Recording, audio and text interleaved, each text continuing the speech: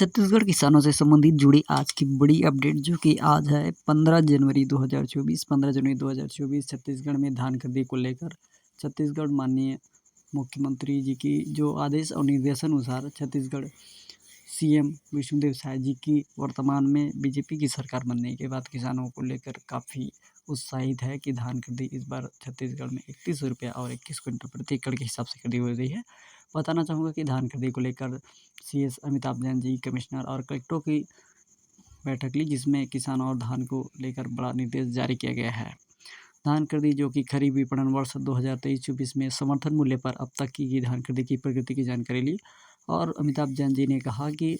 राज्य के समस्त संभाग आयुक्त और कलेक्टरों की बैठक के साथ उन्होंने धान की जो उपार्जन है केंद्रों से मिलर्स द्वारा धान के उठाव में तेजी लाने का निर्देश भी दिया गया है। जैन जी ने कहा कि किसानों की सुविधा और संतुष्टि की ध्यान रखने का निर्देश दिया गया है। धान खरीदी और कस्टम मिलिंग को लेकर मुख्य सचिव अमिताभ जैन जी ने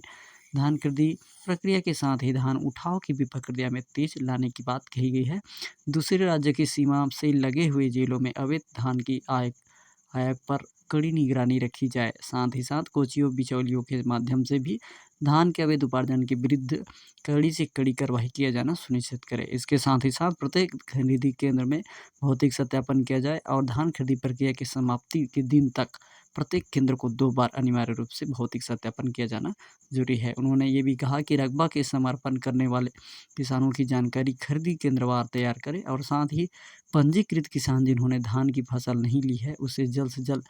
रकबा का समर्पण कराने का भी प्रक्रिया शुरू करने की निर्देश दिए गए हैं।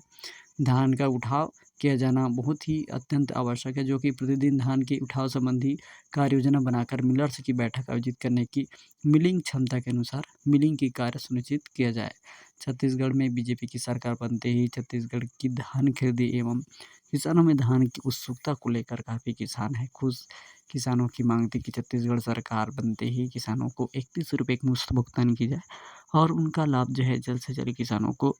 जैसे ही धान खरीदी समाप्त हो जाएगी, धान खरीदी के माध्यम से जितने भी राशि बचते हैं उनकी शेष राशि 917 रुपये प्रति क्विंटल के हिसाब से किसानों के खाते में जल्द ही भेज दी जाएगी।